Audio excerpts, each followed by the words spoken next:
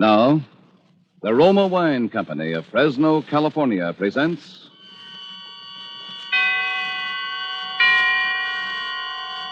Suspense.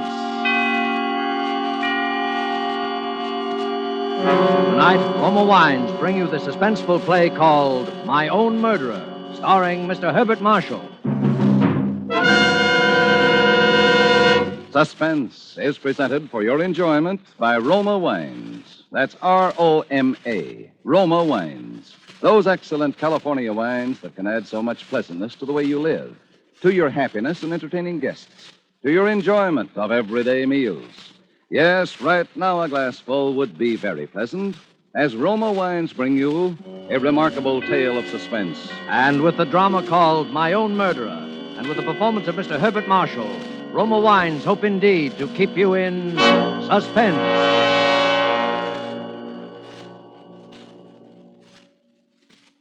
I was never really much attracted by Alan Rennick, even before he murdered Baines.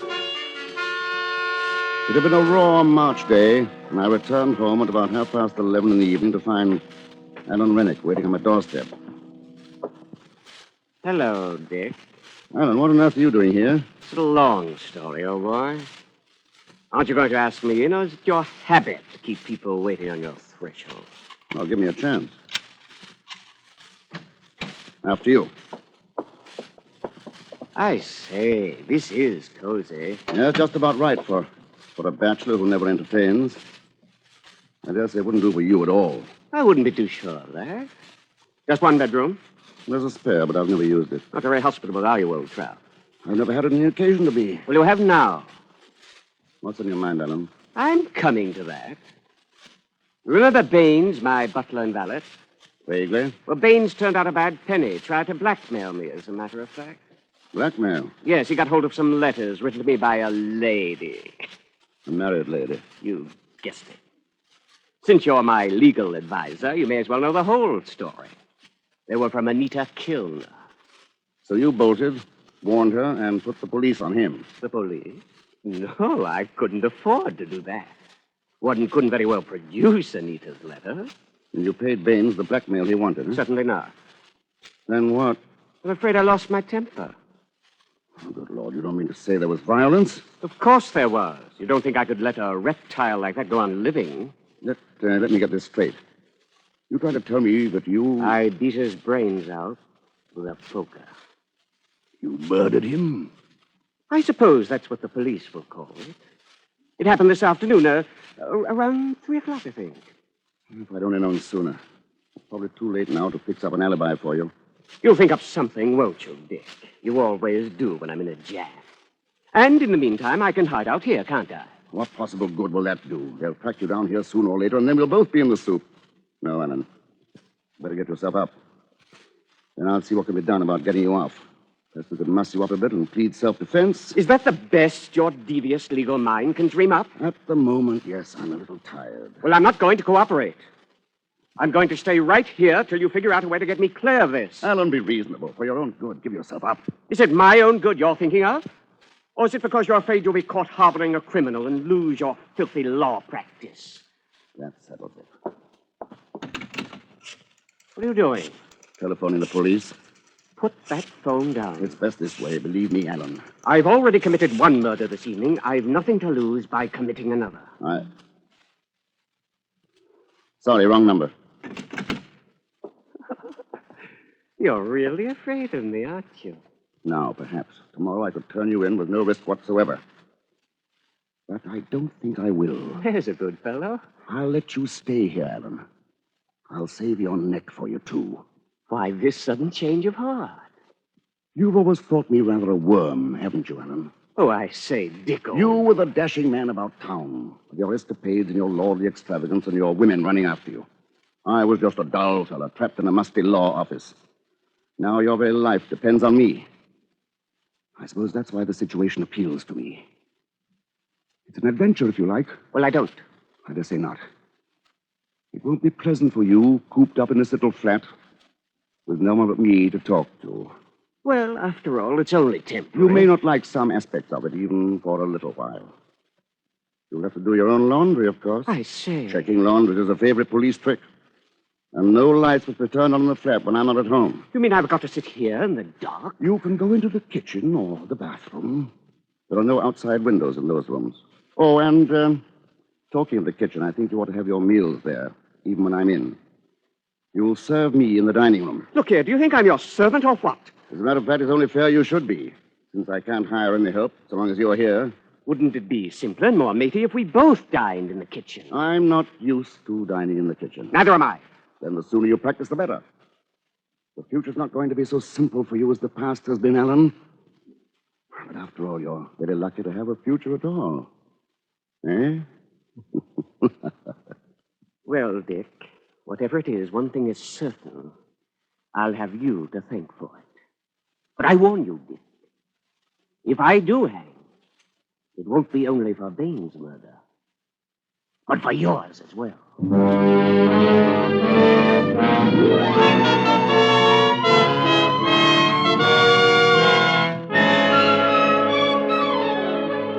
For Suspense, Roma Wines are bringing you as star Mr. Herbert Marshall as Richard Sampson, with Norman Lloyd as Alan Rainick in My Own Murderer by Richard Hull, which is Roma Wines' presentation tonight of Suspense.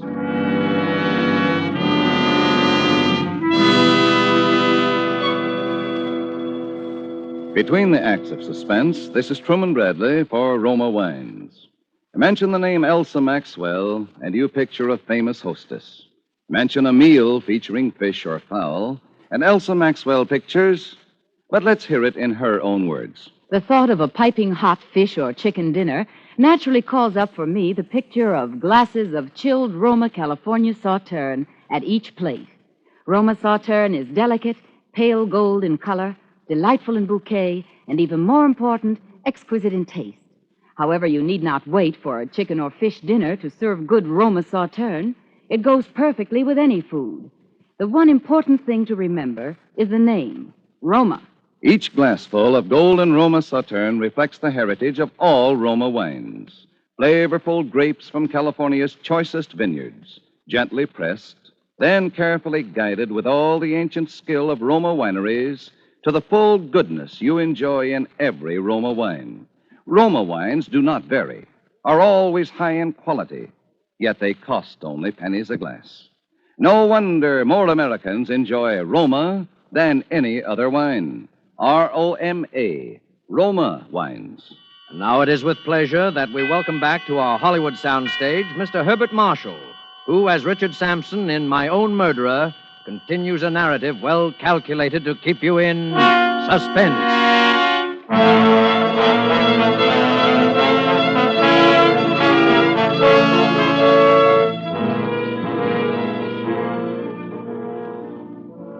Should Alan Rennick prove to be my own murderer, as well as Baines's, this document will serve as his death warrant.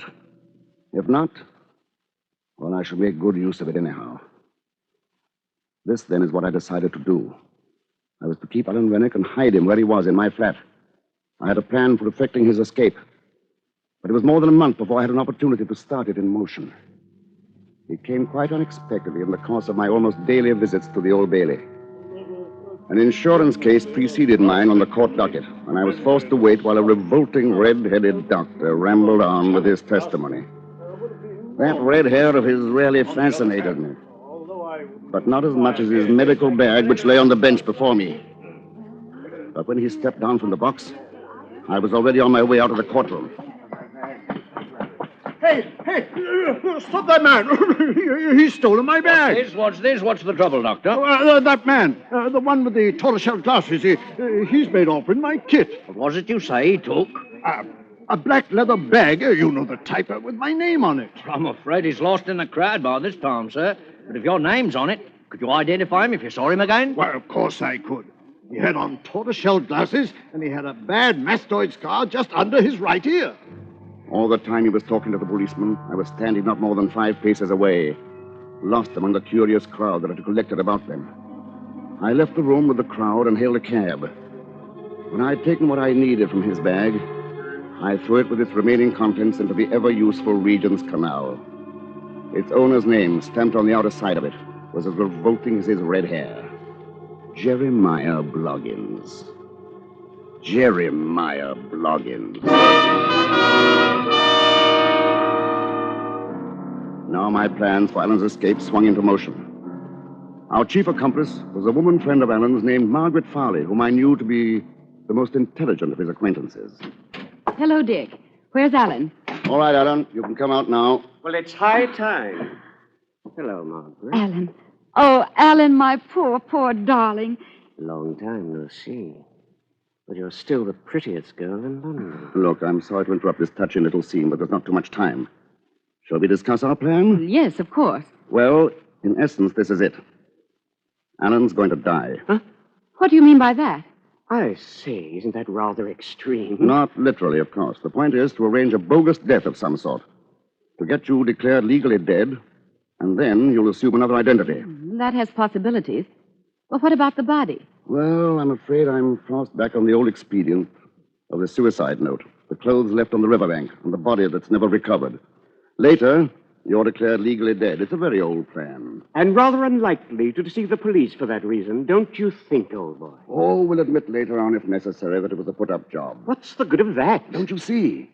If the police ask too many questions, Miss Farley here will admit being a party to a bogus suicide. But stick to her story that you were really drowned by misadventure while trying to carry out your plan. I think it has possibilities, Alan. Where is this Hellespont that I'm supposed to swim? Well, I've been studying maps of the English coastline.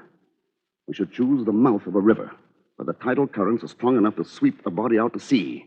Not too broad a channel, so that it can be easily swum when the tide's at low ebb. And not too near a town or village, so there'll be no unwanted witnesses. So I grow a beard, swim the river, put on different clothes, and become Jeremiah Bloggins or somebody for the rest of my life. Huh?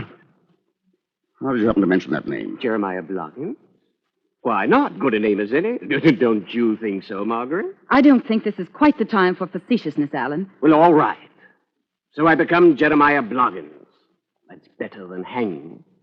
But what will Jeremiah Bloggins do for money? Well, you could make out a will in favor of Margaret here, or whomever you have. Oh, I suppose I can depend on you to make things stick legally. Well, I'm putting myself in a position where you could easily blackmail me if I didn't. He has a point there, Alan. Now, we'll need another confederate. Somebody to look after you when you get to the other shore. We could leave a car there, of course, but the effect of the cold water... Well, I think it's safer to have somebody waiting for you on the other side. Well, who'll it be? That actress friend of Alan's, Anita Kilner. That woman? Well, how can you suggest such a thing? Oh, come now, Margaret. It's true that Anita's a fool and rather a tiresome one. I don't know whether Dick told you, but her letters got me into this mess. Baines was trying to blackmail me for them, and that's why I killed him. But Dick's right. I need someone, and I can trust Anita because of those letters, if for no other reason. Heavens, what a scheme. Everybody's in a position to blackmail everybody else. Yes, that had already occurred to me. That's exactly why this plan can't possibly fail.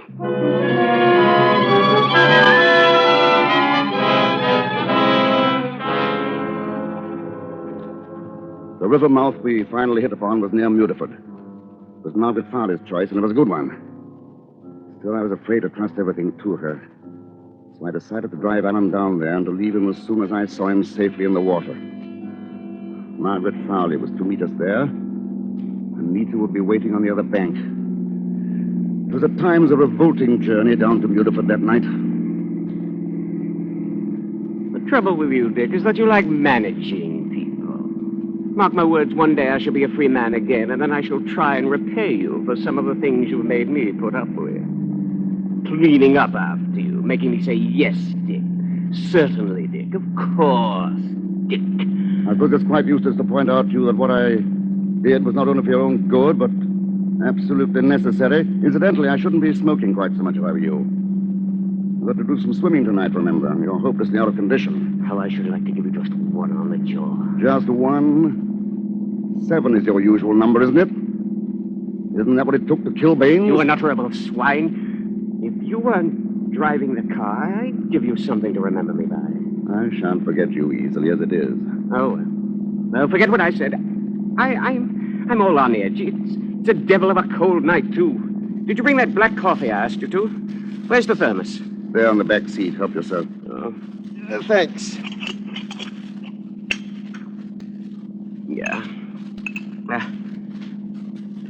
Filthy coffee. I should have made it myself. Better save a little for just before you go into the water. Well, Margaret's bound to have brought some, too. I'll just finish us off. Oh, bad as it tastes, it's making me feel a lot better.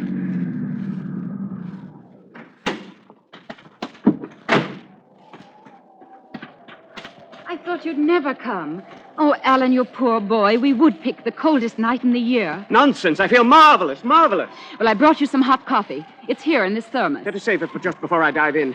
Well, come along. Let's get going. Oh, I wish he wouldn't rush things so. He'll wear himself out before he gets in the water. If I know Alan, he's whistling past the cemetery. Hope he doesn't lose his nerve at the last moment. If he does... You mustn't imply things like that about Alan. Besides, I don't know that I could bring myself actually to push him. You must. You know what he is, and tonight he's especially difficult. All right. I'll do whatever seems necessary. I don't know what's come over me. I feel positively numb. Really, it's much too cold. Hadn't we better try another night? Now, Alan... I can't, Margaret. I'm afraid it's too cold. Here's the thermos. Here, drink this, darling. It'll warm you up. Oh, filthy stuff. Go on, drink it up.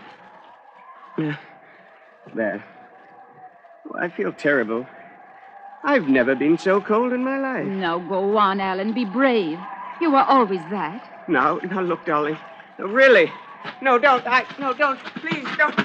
Ah!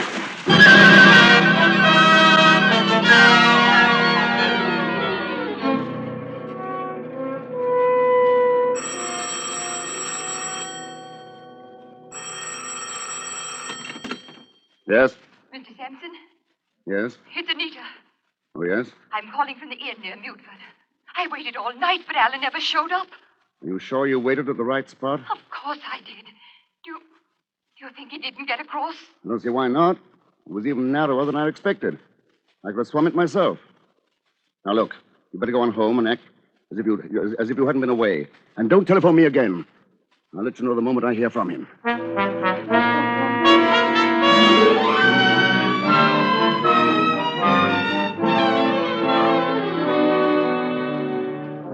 Day followed day with no word from Alan.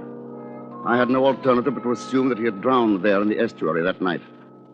The body had not been found, but then we had deliberately chosen a place where the tides could be alleged to have carried it out to sea. The uncertainty was a little distressing. I had not forgotten his threat to come back on even scores with me once he'd got free. And tonight came an unpleasant little scene which is not to help my frame of mind.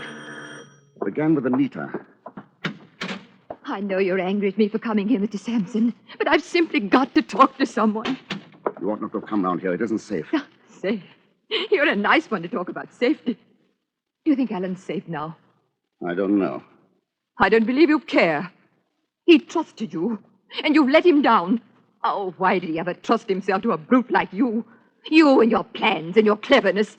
Well, where are they all now? And you sit back contented with what you've done. Let me interrupt your panegyric for a moment, Anita. I better answer that. You listen to me first. Oh, will I? We shall see about that. Well, seems to be a gathering of the clan. Oh, it's you, Mrs. Farley. Well, I want to talk to you, too. So you missed him. He didn't come. I did my part. Did you do yours? Well, I did my best. But I don't know. I ought never to have let him go, considering how cold and miserable he was. I ought to have stopped him. Then why didn't you? Because you had a preconceived idea put into your head by this conniving brute of an attorney. He planned it all. And now he isn't going to turn a hand to find Alan and help him if he needs it, because it might jeopardize his filthy little law practice. Well, I'm going to do something about it. I'm going to the police and tell them the whole story. Has it occurred to you that the police can't possibly help anyone in this case and may possibly harm all three of us? And if Alan is alive, you will inevitably do him harm. Yes. Yes, he's right. I pushed him in. I pushed him in. Don't be morbid. You did what you could with excellent intentions. Are you going to clear your conscience by getting two other people into trouble? Are you, Anita? Yeah. I confess I'm not too keen on helping Margaret to be a martyr for Alan. How dare you? It was you and your hysterical letters that got Alan into this mess. And wouldn't it be ironic if they ended up by being published anyway? That would be a fine tribute to Alan's sacrifice, especially if he's dead and gone. What are you driving at? I have those letters. Oh, I'm not going to demand a price for them like veins. But at the same time... You dirty blackmailer. I am merely forcing you to do something for your own good. Just like giving a patient morphia to prevent him doing an injury to himself. Morphia?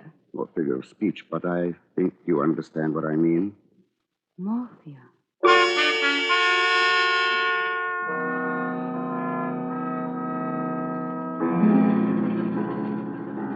After the women had gone, I thought over the conversation, particularly that part of it in which Margaret Farley repeated the word morphia. I think she knows. But even if Alan's body is recovered and they find what he really died of, they can never make an accusation. They have to prove possession of the morphia. And no one in the world can do that. I meant to call Anita Kilner and sound her out, but I find that I don't even know her married name. Not that it matters, considering what went on with Alan behind her husband's back. In any case, I can depend on her letters to keep her mouth shut. On reading this over, I find that in my marshalling of the facts in this case, I have omitted one possibility. Far-fetched, it's true, but there is one person whom I should set about finding if I were acting for the Crown in this case. I refer to that abominable, truculent, red-headed doctor with a ridiculous name.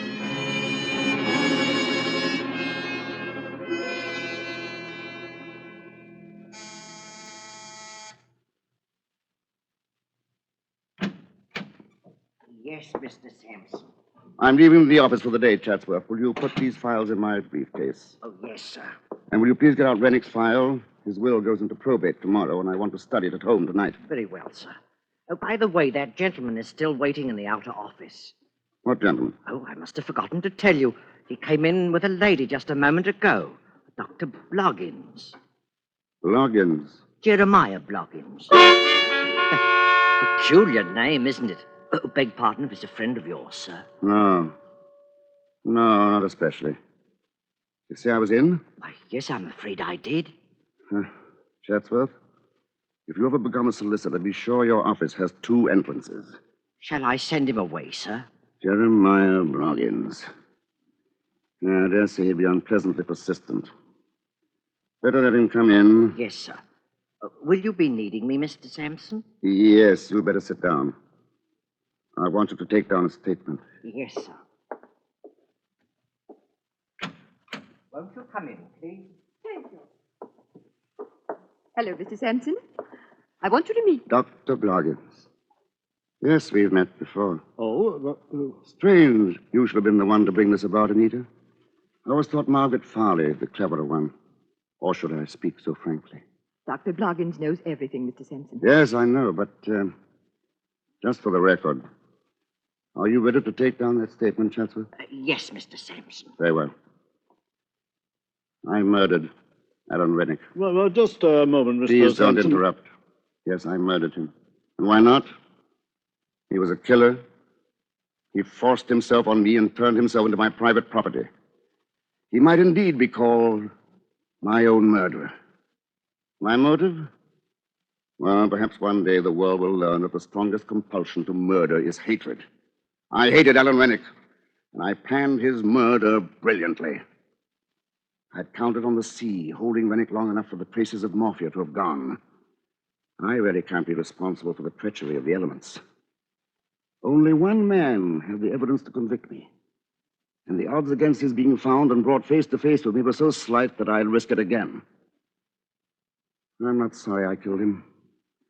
Even now I'm able to say that it's been a great adventure, requiring courage and daring beyond Rennick's wildest imagination. I have proved which of us was the better man. You have all that, Chatsworth? Yes, sir. Oh, add this note at the bottom. In view of the customary bumbling and obtusiveness of the Crown prosecutor, it'll probably be necessary to state that his case will be greatly facilitated by calling as his first witness Dr. Jeremiah Bloggins. Oh, look here, perhaps I'm obtuse, but why on earth are you trying to involve me in your beastly murder? Huh? I say, you mean to say you don't recognize me? Why, no, why should I? Anita, why did you bring this man here? Why, I thought you knew. He's my husband. After Alan's body was found, I decided to tell him everything. We simply came here to get the letters. And you don't even remember me? When your bag was stolen while you were testifying at the Old Bailey. Well, so you're the blighter who did that. Good heavens. That's where you got the morphia. Out of my bag. Yes. I suppose I could get you as accessory after the fact. But that would only confuse the Crown Prosecutor. Well, on the whole, I'm rather glad it worked out this way. After all, as Nanki Poo says in The Mikado, there's much to be said for the advantage of having it done by the public executioner.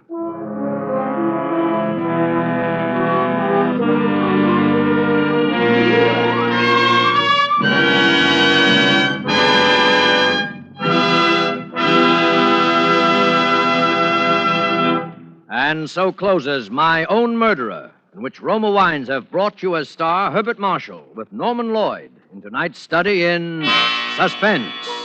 Suspense is produced, edited, and directed by William Spear. Before Mr. Marshall returns to the microphone, let me say a word for Roma Wines, the sponsor of Suspense. Few hostesses have entertained as extensively, as often, as the world-renowned hostess, Miss Elsa Maxwell. And that's why her words are significant. Back in the horse and buggy days, wine serving was surrounded by all manner of do's and don'ts. Today, it's fashionable to serve delicious Roma wines whenever and however you choose. For example, delicious, versatile Roma California Tokay is a light, moderately sweet, flame-colored wine that goes well before or after meals, during cocktail hour, actually delightful at any time. Serve your Roma Tokay cool. While Roma Tokay differs in flavor from other Roma wines, it is like them in these respects. Always delicious, never varying in fine quality. And since Roma wines cost only pennies a glass, you can serve them often.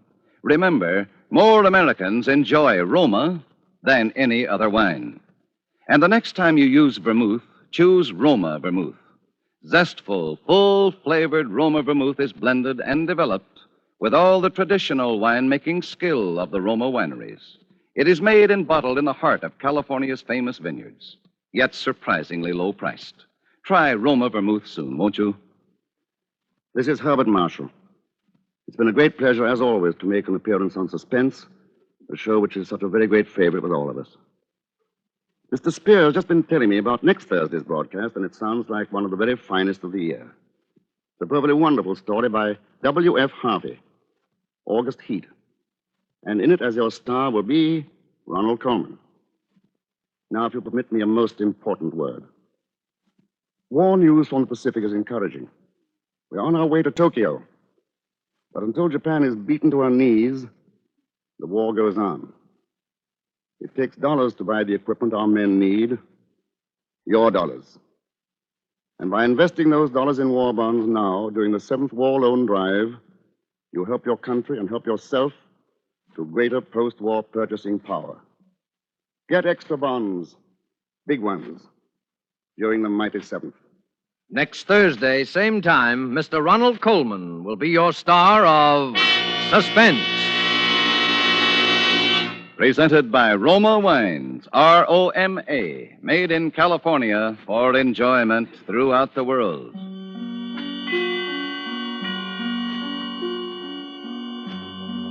This is CBS, the Columbia Broadcasting System.